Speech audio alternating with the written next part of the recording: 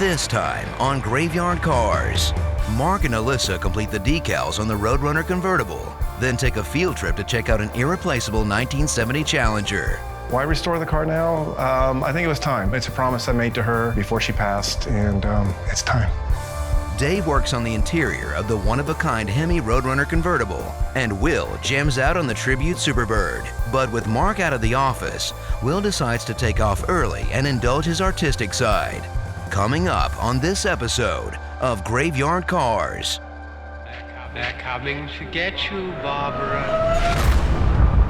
It has been established that the unburied dead are coming back to life.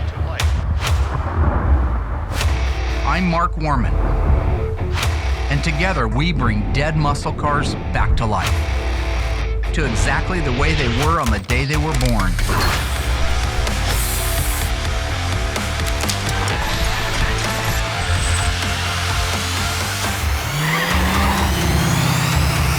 This station will remain on the air day and night, day and night.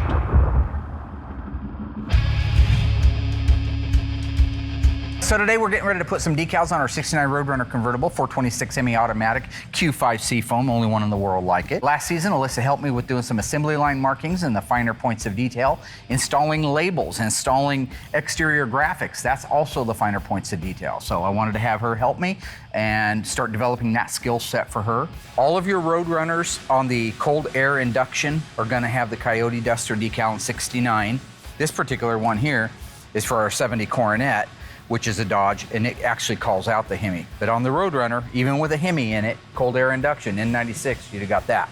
Okay. These are your running birds, these are your standing birds. One of these standing birds goes on the dash. We don't have the dash back from Instrument Specialties yet, and when it does come back, it'll probably be on it. These are the running birds. These are the ones that lead into and go away from the Roadrunner nameplate that you see on the door right here. So I always call Tony D'Agostino back at Tony's Parts because he has Survivor cars. He also has OE Gold Class winning restored cars. He's got a 6-barrel car that's the highest quality restoration in the country.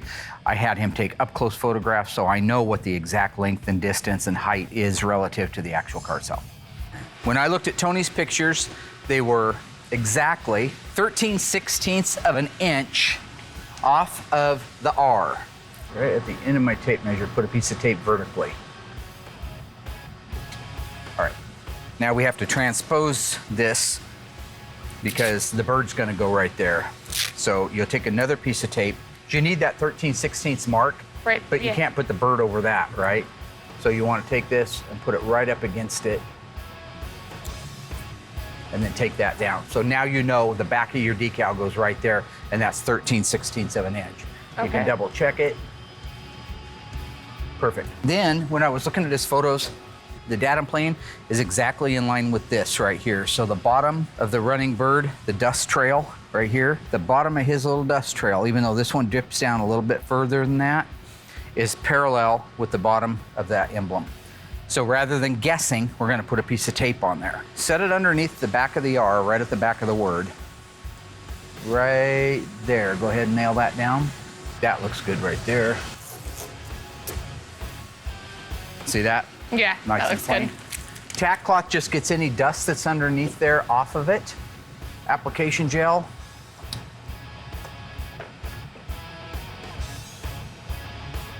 How long will these decals last? Well, in some cases they last as long as the cars last. Especially today's vinyl, it's so much better than yesterday's vinyl. But yeah, there's cars out in the graveyard that still have their original decals on them. Okay, I'd have to say that's pretty darn good. This might be a stupid question, but it's weird to me that you wouldn't put the decals on and then do the clear coat over the decals to help protect them. Well, the factory didn't do that, so we can't really do that. Okay, so squeegee, starting from the middle out, but the clear coat would protect it, I agree. And that's, see, it's right on that tape line, that's right up against that line, that's where you want it. Right now, I think that's plenty. So I'm gonna pull it, fold it down. Ooh, that's cool? vibrant. That is beautiful.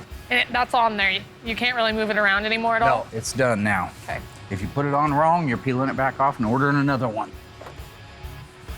That's really pretty. Looks good though, doesn't Yeah. it? Okay, so that one's good. Let's go put the other side on, then we'll put the deck lid on, and then we'll put all the information labels on.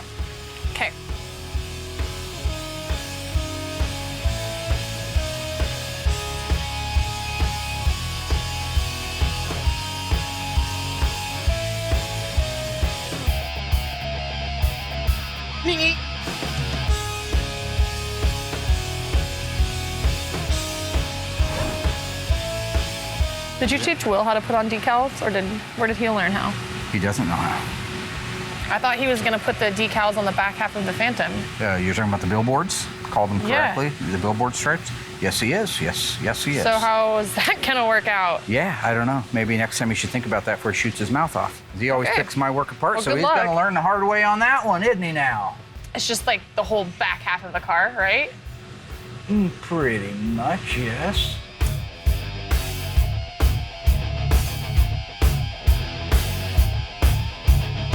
I am thinking I'm gonna want to use gel on this.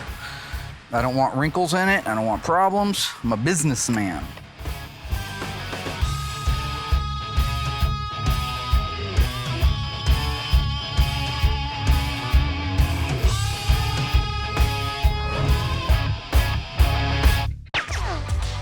I'll just go ahead and put this on real quick. So here, see this crevice, and you see this crevice, right? They're gonna be centered right in between them, and he's gonna be, the middle of his legs is gonna be the middle of that lock cylinder. That's how that critter's gonna go.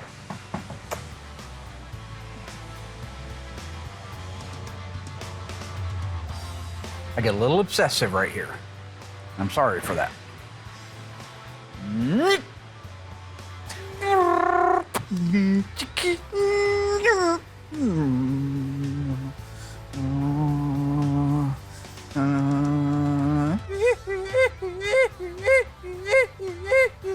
So that's money right there. Oh, when is that that what laser that goes means? off, that means money. Yeah. Okay. Hello, little Roadrunner. Hello. It makes me want to be a better Roadrunner. You know what I'm saying? Okay. Decals, information labels are on our 1969 Roadrunner. Everything went fine. Alyssa had a great opportunity to see how easy it is to get something crooked, as well as how difficult it is to get something straight. And I mean, honestly, I do it all the time. I've done decals twice and 3 times. It's just, if you're not 100% focused, and I'm rarely 100% focused, that's all it takes. Is somebody come by, hey Mark, yeah, 1 second, I just want to finish this. You'll screw it up, because you gotta be there. Yeah, it was about time we finished off the air grabber and put the decal on. Decals aren't too hard. It just takes a lot of time and patience, and not rushing through them is what I learned today. On another note, I am worried about Will putting on the decals on the Phantom Cuda. I think I'm really worried about it. I think that's going to be a handful for him. It would would be too. for anybody, You have a especially rosary? since he, doesn't have any experience. So I'm going to be interested to see how that turns out for him. Me too. Can't wait to see you and Will put the Wait, billboard. I'm not helping Will. I didn't sign up for that. I didn't open up my big mouth. I'm not going to help Will with the decals. He got himself into that mess, so he can get himself But you're his out. buddy, you're his little pal. You guys I'm have got only this his buddy little when he thing wants going me to on be where you guys are, He dressed me up. frickin' frack. What does he mean? We have a buddy He buddy does thing need- going it on. does take 2 people to He put those sent me decals out on. in a spacesuit the other day to wash a car. It takes 2 people to put a decal on correctly. You're gonna have to help him because I'm not going to. He's going to have to make some friends then, because I'm not going to help him either. No, but you got his back. I've seen some of this stuff that's going on around here, talking about me behind my no. back, stabbing me in the back, pulling what we call a Judas. First of all, it's everybody for themselves around here. So I'm on no one's team. Hey, Except for maybe Dave. Judas, I'm on Dave's team, actually. Is this your knife? I on. think you left it last time you stabbed me. With the Hemi Roadrunner decals complete, Mark and Alyssa embark on a father-daughter field trip. So today, Alyssa and I are getting ready to drive up north here. It's about an hour. It's a little town called Scio, Oregon. Had a gentleman stop by here the other day. He's got a 70 Challenger that was his wife's. From what I can tell by the 2 pictures I saw, really a complete solid car. He's looking at having it restored. I thought it'd be a great opportunity to take Alyssa up there with me. She can see what the process is, get to meet the customer in the beginning instead of always after the car's here. So this way she can build a rapport with them at the same time as I do. I'm really excited to go and get to see the car, walk around it, learn what kind of things to look for. I've never gone with my dad and got to see the car on site at the person's house. It's always been kind of torn down in the shop. So I'm excited to go up there and be part of it from the beginning. There he is. Hey, how are you? Well, you said you lived out in the country. I had no idea you meant like another planet country. Just a little bit. Good Lord. How are you? Nice to see you. Good to see you again, Mark. Yeah. My name's Patrice, and I've got a 70 Challenger RT with a 383 Magnum. It was my wife's car that she's had for a long time, and she passed away about 4 years ago. And my last promise to her was to get the car restored and back on the road. Got your little bright roadside marker for me. Yes. I saw it from the road down there. Yeah, hard to miss, huh? My daughter Hi. Alyssa. Hi, very nice to meet you. Nice to meet you too. She's, this has kind of been a ride-along for her, kind of like cops do, you know, you get the ride-along. Can't always do it if Yeah. it's in another part of the country, but this is a beautiful drive out here. Oh, I know, it's lovely here. So this was a stagecoach stop. It was the last stop between Eugene and Salem as people were going to Eugene. So actually where you're parked right now is the old stage road, the old county road. Oh, it is? Yes. Right? Literally? Right, literally right there. So how, did it make that curve It and made all that curve, went down to the road, and then made a curve again. And this was it? This was it. What was your wife's name? Jeannie, Jeannie, okay. like I dream of. I gotcha. Hey, good ride. Yeah. This car meant a lot. She was a Mopar girl. She got the first 70 Challenger 344 barrel in high school. Moved nicely. She really liked it, put a big smile on her face. She ended up totaling it, unfortunately, and then got this one as her second car. It was her daily driver for a couple years. So you ready to look at the car? I'm ready to look at the All car. right, let's do it. open. You got it in this one? I got it in this one right here All in front of you. So it's a 70 Yep. RT with a 383 Magnum. Oh, I love the direct connection plate. Look at that. Oh, What does that mean, Dad? back in the day, Chrysler's performance line was called direct connection. Today it's called Mopar Performance. That was what everybody who was anybody had. If you had that plate on your car, you were cool. So Jeannie was cool. She kept the original screws, by the way, that held it in place, which make her even cooler. She came down with cancer late '99, and it progressed. She had a 13-year fight with breast cancer. This is the hood off her original Challenger. Her first car was a 7D with a 344 barrel. And she totaled that one, unfortunately, but we were able to salvage a lot of the parts, the hood being part of it. First thing we did was take off as many parts as we could: dash, seats, panels, trim. Why is the hood on the car, though? Because somebody stole the blue hood. Well, of course they did. Why wouldn't they? Yeah, That's why right. wouldn't they? Yeah. So she figured, 70 on a 70, it should fit. While Mark and Alyssa check out the Challenger, George and Will are hard at work on the Superbird tribute car. Okay, so right now I'm working on our 1970 Roadrunner, which we are turning into a Superbird. I have the rear quarters in the booth right now with the rear package tray and deck filler. So before he puts those on, it's nice to go on those quarter panels and do all the texture coating because you can actually reach it all before it's put on the car. And once that car is all put together, you really can't get in there and paint that easy. So I paint the whole thing and jam the whole thing apart. So that way when he welds it on, I just have to go through and do some touch-ups where he welded. Factory rolled it on. We don't do that, we spray it on. And the only way to get to the edge is to do it with the quarter panel off. So I came up with the idea, hey, let's get all the jam work done, the sound deadener done before we put the quarter panel on, and it just makes a more detailed job than before. Even though it's not a factory procedure, Mark approved the new approach to jamming the panels. And despite Will's earlier claims, Mark also claims credit for the idea. This is the first time I've ever sprayed this color. I did the spray out, it covers pretty good, so I'm anxious to see how it comes out. I just got the base coat on, all the parts that need to be cut in. It covers quick, so that's always nice. The green looks good, and it's ready for clear coat now. We actually are going to be restoring another Superbird that's the same color. It's a true car. So we're going to have two of these cars before too long that are a mirror image of each other. It gets old having to do the same color in a row, so hopefully there's a little bit more of a gap there. But it will be kind of cool to have two identical cars here at the same exact time. We just got it completely clear coated. So I'm running the bake cycle on it right now. So in 30 minutes, I can kick it over to George. Everything looks great, and he can start assembling them. This means George doesn't have to stand around anymore staring at me through the paint booth. This means as soon as I pull them out of there, he's buried. He's got quarters to put on, tons of parts to do. He's ready to work now. Where I get my measurements for when it comes to doing the sound deadening is we have a bunch of cars out there in the graveyard. So I go out there, we have a true 1970 Superbird already, all original that has not been touched. So all I have to do is open the trunk. I see the tape lines where it was done before. I measure that out. I measure it on these, and I duplicate it just as if it was factory. This will complete the back end completely. The nice part is that we put it on the jig. So George has already built out the nose, so it's ready for its hood and fenders. Now we can build out the back and then start doing our mud work on it. After completing the jam work and sound deadening on the Tribute Superbird panels, Will decides it's time to reward himself for all his hard work.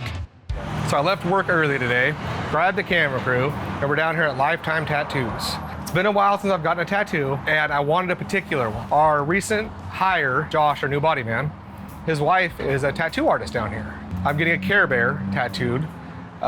You'll find out why. It's the grumpy Care Bear. It looks cute, fluffy.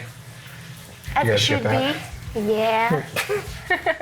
All right, well, I'm ready when you are. All right, let me go wash and glove up, and we will get started. Why did you decide to get the Grumpy Bear tattoo done today? You got all this darker stuff on your arm. So my wife and I were looking at my arm a couple weeks ago, and it had too much negativity on it. So we wanted to get something a little bit nicer, something that you could look at and laugh at, something kind of silly. I love it. Then my wife went through all the different Care Bears, and she said Grumpy Bear was a good fit for me, which happens to be the nickname for your husband. Which is just a very great coincidence. Which doesn't make sense because he's such a sweetheart. Most of the time. I've been thinking all the time. While Will gets more and more grumpy, work continues in the shop. If you can get your one clip behind this rod, because that's got to stay in there, and then I'll feed that one there in. And then if you could just hold it down, I'll put the cables in, and then we'll see if we can get that bulkhead in, and then shoot, it should be just slam dunk after that. Yeah. So. Yeah, the dash came in for the 69 Roadrunner Hemi convertible. The dash looks fantastic. They do such a fine job, restoring these dashes. This one's really cool in particular because it has a 3-speaker dash and it has a really cool AM 8-track radio. So that's really cool seeing one of those. I haven't seen one of those since the sunroof Challenger, so it's really unique to this car. So that's really cool. It's really neat to see. This car has power windows in it, which is really unique to this 69 Roadrunner convertible. So having that dash in can allow me to get all the windows hooked up, get the top hooked up, all the headlights, make sure everything is functioning properly. Now that the dash has passed inspection, Dave and Mike can install it in the one-of-one Hemi Roadrunner convertible. AM radio in it, which is really cool. Nice. So let me get up here. I'll let you go ahead and feed yours in. Yeah, it's just so much easier to put these heater cables in first because this particular, then I have to pull out the whole glove box if I don't. Yeah, you want a pad, Mike? Oh, you're good. Okay. Let me know if you get tired, Mike, and we can Oh, I'm good. swing it up Trust on there. my knee. Yeah, sure, it's a pretty car, isn't it? It is. I love this color. So amazing. Get so many positive comments on it, especially on Facebook. Everybody just loves it. They've never seen it. And I said, well, this is a one-of-one. You just don't see this color. And everything, the top and the deals on the hood, everything sets it off, makes it look good. Yep, the air grabber. It's a Hemi. You can't beat that. Cables went on fine. I have a little trouble with the bulkhead. Sometimes it gives you some issues because the gasket's so thick. But other than that, it went right up. We had to kind of shim it a little bit to get it to slide into the places, but yeah, it went perfect. Just getting the speedometer cable in there. Let me get it under there like that. Now this has got to go up on top of that. The whole thing's got to go this way, huh? It's right there. It's in. Cool.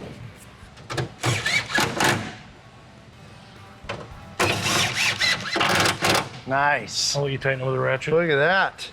The dash went fantastic. Can't ask for anything better. That's 2 in a row that we really slam dunked, so that's always a plus. Very nice. Thanks, Mike. Appreciate it, buddy. Yeah, I'm gonna send you a picture of it in the car. Oh, yeah. Yeah, you got to shoot that. That's awesome.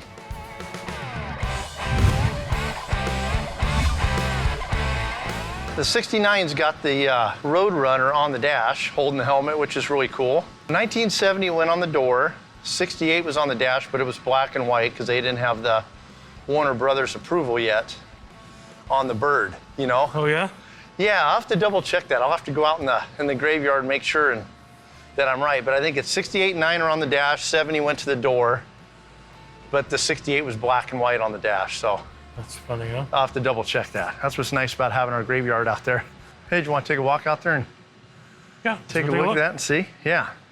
So, I mean, really, being this was her baby, right? I was not allowed to touch it. So she worked on it. That's great. I was not allowed to touch anything. If there was a stuck bolt or nut, I could break it loose, and then I was told to get out of there. You were there for the muscle. I was there for the muscle, and that was it. That was it. I think that's terrific. Basically parked because there was a sound in the engine she didn't like, and we wanted to take a look at it closer, and it was a project she and I were going to work on together, but that didn't happen. Life got in the way, you know, kids, jobs, family, and so forth. I can just tell generally when I look at a car, if all the panels are the same color and it hasn't been painted, there's a good chance most of it's original paint. Yeah. That tells me the car lived a reasonably decent life. Yeah. That's the very first thing I look for. Then I look a little closer and I say, okay, how is the bottoms of the quarters? All E bodies and B bodies wrought out on the bottom. I'm looking at these right here and they're actually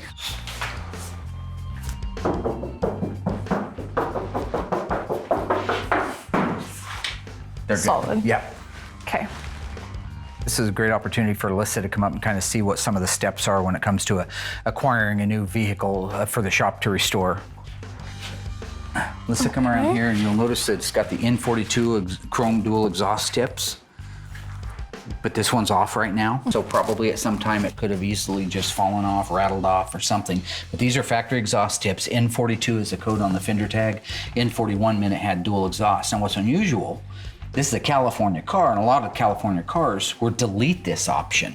They didn't want it because it didn't meet the sound barrier for that area, and so they just put turn downs on it. This car actually made it through and was sold in California with the exhaust tips, which is really cool. Why restore the car now? I think it was time. It's a promise I made to her before she passed, and it's time. Now this one has the V, I think 5X, because they're black, but these are actually factory installed body side bumper guards, if you can imagine that. You could have, with the RT, gotten striped elite, which I think would have been a V88 code. That would have given you no stripe at all, but it would have gave you the badges here, so that's probably what we've got. Or you could have had the V6 longitudinal stripe, or the transverse bumblebee stripe on it. But this one was striped elite, but they went with the body bumpers.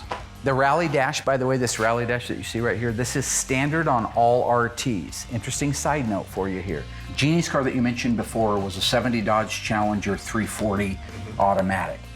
You could not get a 340 in a 70 Challenger RT. You could get it in just a Challenger, which is what she had, but it came with what they call the A66 Performance Package, which was an identical twin to a Challenger RT, just without the Challenger RT badges and the second digit of the VIN being an S, because S represented that it was the RT line.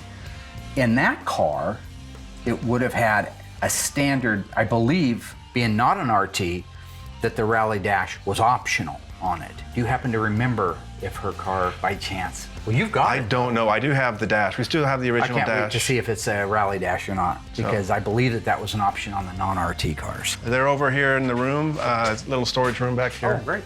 In here. Oh. Oh, wow. Look at that. Dave and Mike head out to the graveyard to evaluate Dave's memory.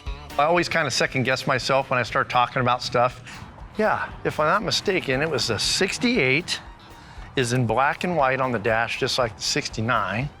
And then the 70 moved to the door. So here's our 68. And we know this one's right because it doesn't get any more original than this car. Very original. I remember This car is just amazing. This is the car we go to every time we want to. Oh God, this thing's awesome. I'd love to have this car. Original 68 4-speed Roadrunner. Let's take a look there. Yep, there it is, right on the dash. And it's black and white and it looks like a duck. Because they didn't have they didn't have the okay from Warner Brothers to use the image, so they had to like make up a fake looking Roadrunner. Right on. There you go. All right, so yeah, that's cool. So there's our 60. It looks like a duck. That's pretty funny. It's funny looking, huh? Yeah, and then the 69 we know is on the dash. Yep, here's our 1970. Yeah, so this one right here should be on the door. Yeah, and that one should be on, yep, see it's not on the dash and there it is on the door. And then this one's. Yep, and it's actually the bird. You got the bird, yep. So that's cool. Geez, look like this car just burned to the ground, boy, and the door just shuts perfect. That's gonna be a cool one, plum crazy purple. 70 Roadrunners to be just like the one that we had in season 1. So that's cool. Oh yeah. So I was right, so I was kind of glad I was right. You kind of second guess yourself when you start thinking about things because we work on so many different cars, but it's always nice to go out there and get that verified, information. So it's really cool. Yeah, well, good deal. Well, now we know. You can't be going out to the graveyard and getting all the information you need. And having 70 cars there. Oh man, I don't know what I'd do without these things out here half the time. We'd be digging Mark all the time. Yeah, the books are great, but by the time you spend in the books, you could walk out here in 2 minutes and find be done with it. Yeah. Yeah, the dash went in really well, and after the dash now, all we got to do is put in the sound deadener carpet, door panels, front and rear, of course, and the seats. So I mean, it's pretty a basic interior. No real special items going in this one, so it should go pretty fast. With the dash installed, Dave can continue with the Hemi Roadrunner's interior. Meanwhile, Will grins and bears it for his new tattoo. Everything's going good. I really can't see exactly, but I trust her that it looks right. I have no reason not to. Are we having any issues? It's supposed to be pink, right? Well, duh. Everything's going as planned? Yeah, I think it's doing good. Got a little longer. Still got some blue and some other shading to do, but... She did say, I don't know what it meant, this was the best tattoo she's ever done. I know she's done a lot, so I don't know what that means exactly for the other people, but this seems to be going perfectly well. I think it's going really good. I think it's adding a lot of color and a little more character. Heh. Nicely done. With Will's grumpy transformation nearly complete, Mark and Alyssa are on their way to discovering the remains of a wrecked 1970 Challenger. They're over here in the room, little storage room back here. Oh, great. Get on here. Oh. Oh, wow. Look at that. And that's the dash that we were able to pull out. Rally dash. Wow. That's awesome. Holy cow. That's crazy. And the pile of tires she kept because when she got the car restored, she wanted to burn them.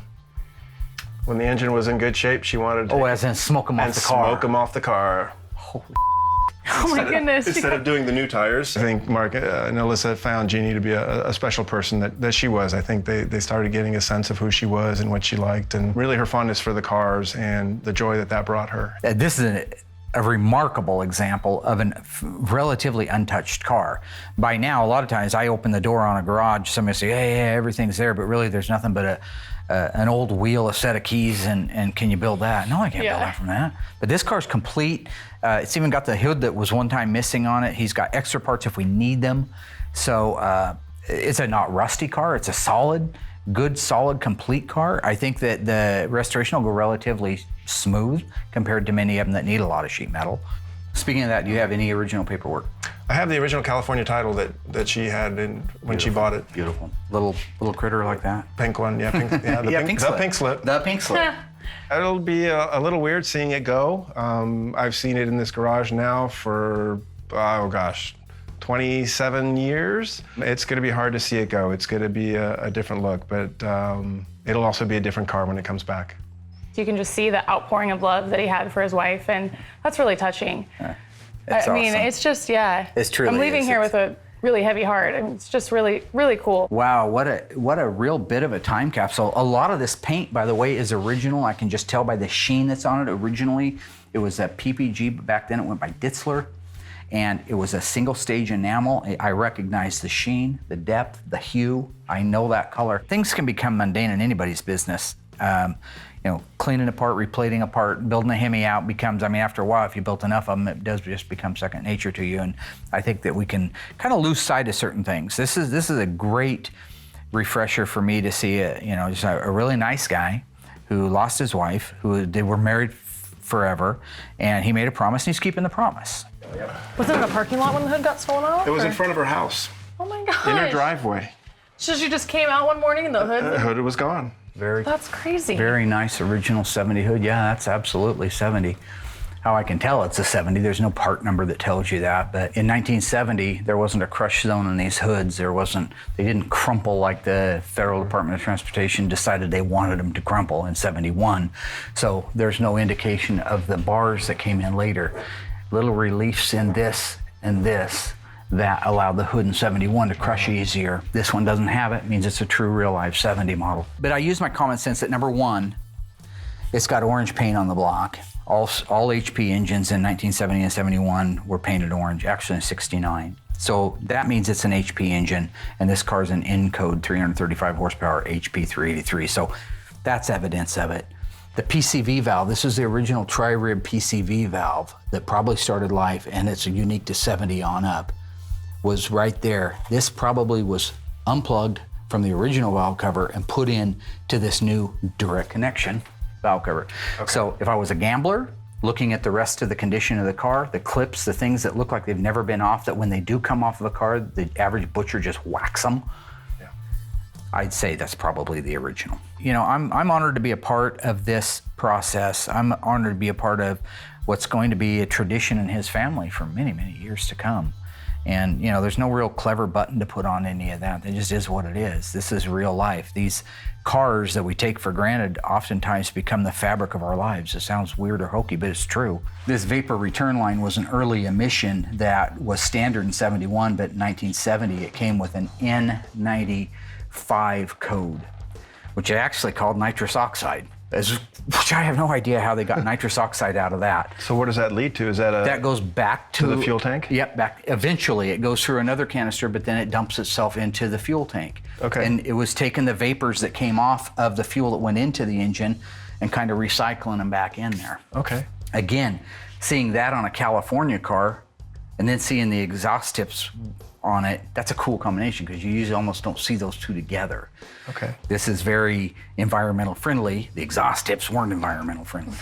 Carburetor looks to be like the original one. Let me just check the number on it. 4734S sounds like the original number, but with a CS, that's January, February, March of 75.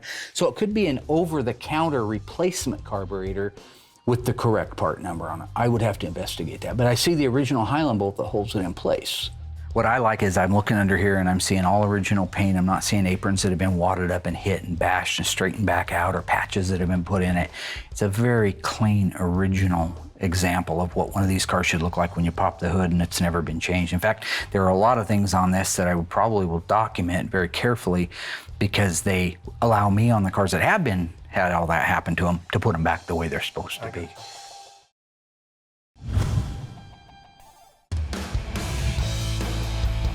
Larry's here to put the top on the 69 Roadrunner Hemi convertible, this beautiful one-on-one car. We've been kind of just sitting around waiting on some parts. You know, got to a point where you're kind of at a standstill. And it happens in the restoration business. You get to a point and you might have 5 or 6 extra parts. You can't put them on until you get another one. But in this case, we're just kind of waiting on the top. Once Larry gets the top on this one, we can just put all the interior in. Yeah, you usually don't, foresee any problems installing the top, but there's always that chance. You know, convertible tops, every car is different. They all basically go on the same way. But if you have a problem with some of the screws stripping out, it's a kind of a unique system. That whole top tucks behind, 3 separate pieces that like screw to the back of the car. I played with the top, got it working, got all the hydraulics and everything works good. So hopefully Larry, all his parts will work out, all his parts will fit right, all the screws will go good, and he'll get it put in. With the Hemi Roadrunner's convertible top installed, Dave can begin work on the sound deadening material. Getting ready to put our sound deadener in our 69 Roadrunner convertible Hemi car. I kind of want to explain a little bit of difference about the new style sound deadener and the old style. This car in particular, the owner wants to go all OE on it. So he wants everything original equipment. And so he said he didn't want the new style sound deadener in it. He wanted to go with the OE style. So we called up and we got our kit of the OE style sound deadener, and you can kind of see it's basically like a roofing material, and it comes pre-cut.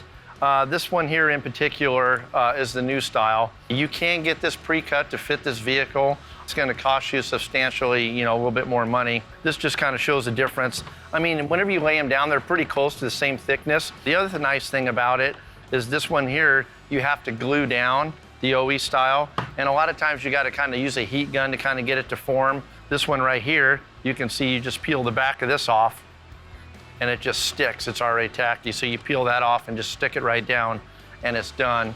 And this style here, you'll have to mold and actually glue down to the floor. Kind of looks at who would want to put the new stuff in their car. Probably a guy with like a resto mod, with a kind of a tricked out car that's not an actual numbers matching, high-end car. Would want to go with this, have a nice stereo, have a nice ride, nice quiet ride. Somebody that has a high-end car, a numbers matching car like this here, this is going to be the one he's going to want to go with, because it doesn't hurt the value of the car at all. I got my original style OE sound deadener here. Of course, this is just going to go on the floor. All the stuff on the doors will be plastic sheeting. That we'll have to do later. But I got it all ready to go here. I'm just going to lay it out. It's a nice warm day, so it'll lay out nice and flat, figure out where it all goes, and start laying it in. Although modern sound insulation is more effective, collectors of original equipment vehicles will put up with the noise and inconvenience just to ensure their cars are exactly the way they were when they rolled off the assembly line. It's working good with the heat gun. I use the heat to kind of form it into place, and then it helps me to get the glue to set. So I'll spray the glue, run the heat gun over it, get it to form right in there, and then kind of release it, make sure it doesn't back off. But it seems to be working really well. Yeah, the OE style sound deadener only goes on the floor, so it's really quick and easy to put in. So that's all laid down. I just got to put the carpet in now.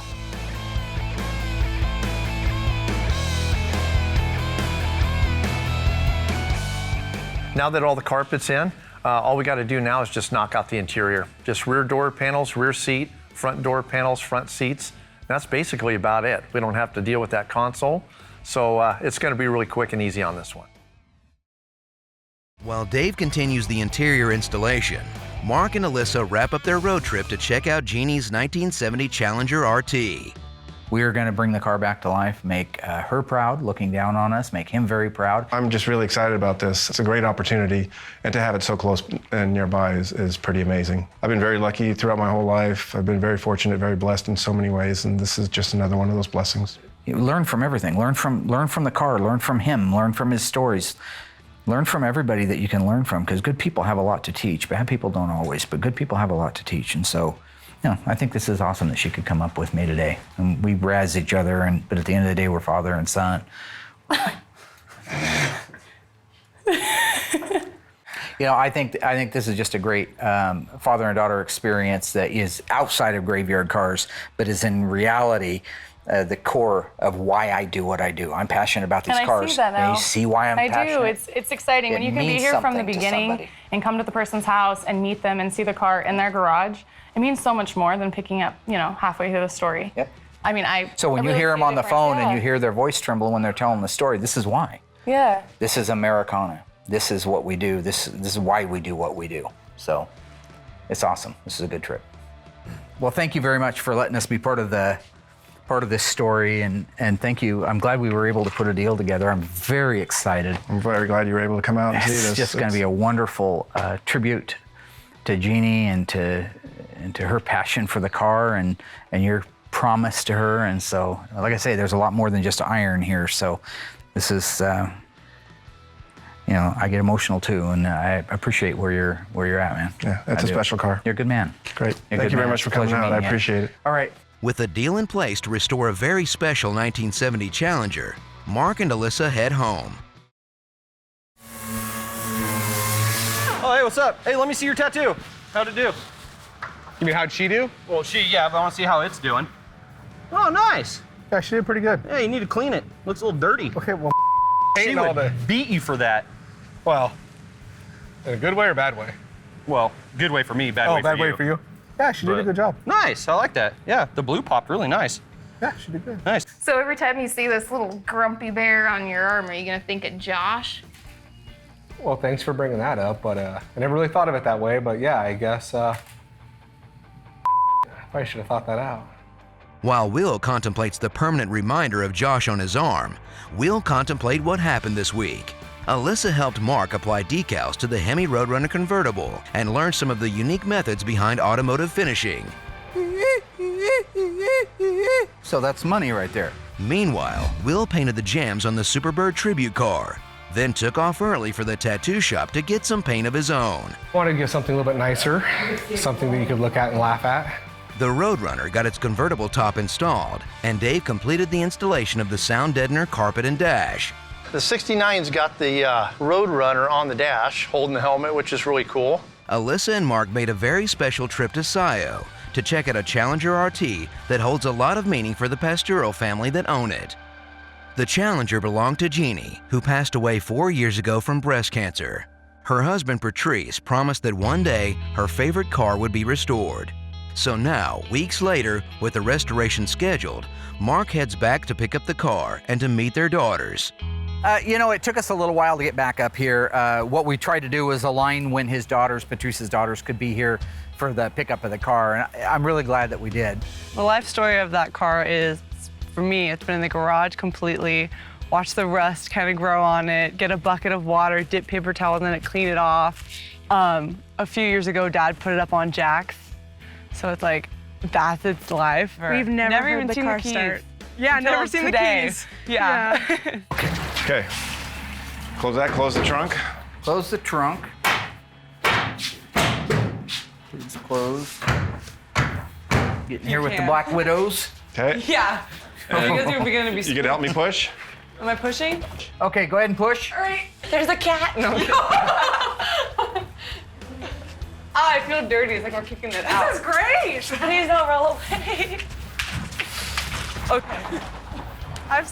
Oh, that's so weird. That is weird. Wow. How about I've never that? seen it outside. That's beautiful. Not bad. How perfect was that? That was the brake pedal even.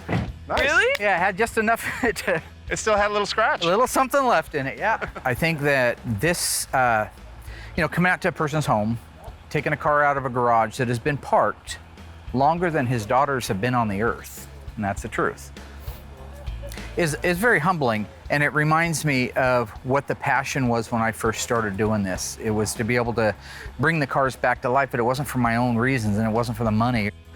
Mom was prepared. There are napkins in here. Yes. Oh, yeah. Aw, She always had napkins in her purse. Okay. Wow. This is that's nice. cool. But it's for the ability to be able to help people fulfill a dream, to relive great memories of a time, and maybe even give them something that they can create new memories with. It's the least you could do. Oh my gosh, this is so, wow. Wow, right? I think that's terrific. You look good in it She too. does. I think we'll be able to relate a lot more to our mom, if we can drive it or at least ride in it, because, part of what makes a person is their experience. And, we've got to do horses with her, we've got to go boating, we got to play volleyball with her, but we never got to ride in the car with her. And Yeah. I think that'll mean a lot to us. And I remember my mom wanted to go buy another Challenger because she wanted one so badly. And we went on a test drive and we sat in the back seat behind her. The way she was so happy, she called it the throaty engine. So she's like, you hear girls, that's throaty. And she'd roll down the windows and just listen to it. So being in the position that she was in driving, I think would mean so much more. I'm thinking there's been a lot of time since the initial thought of working on the car and this day finally happening.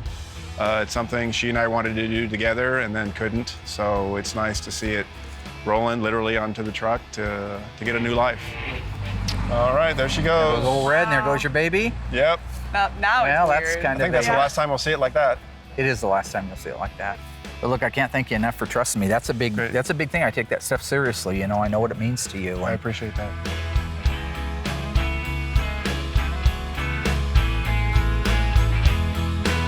It's going purple. That was Jeannie's wish. She didn't like the blue. She wanted purple with black interior.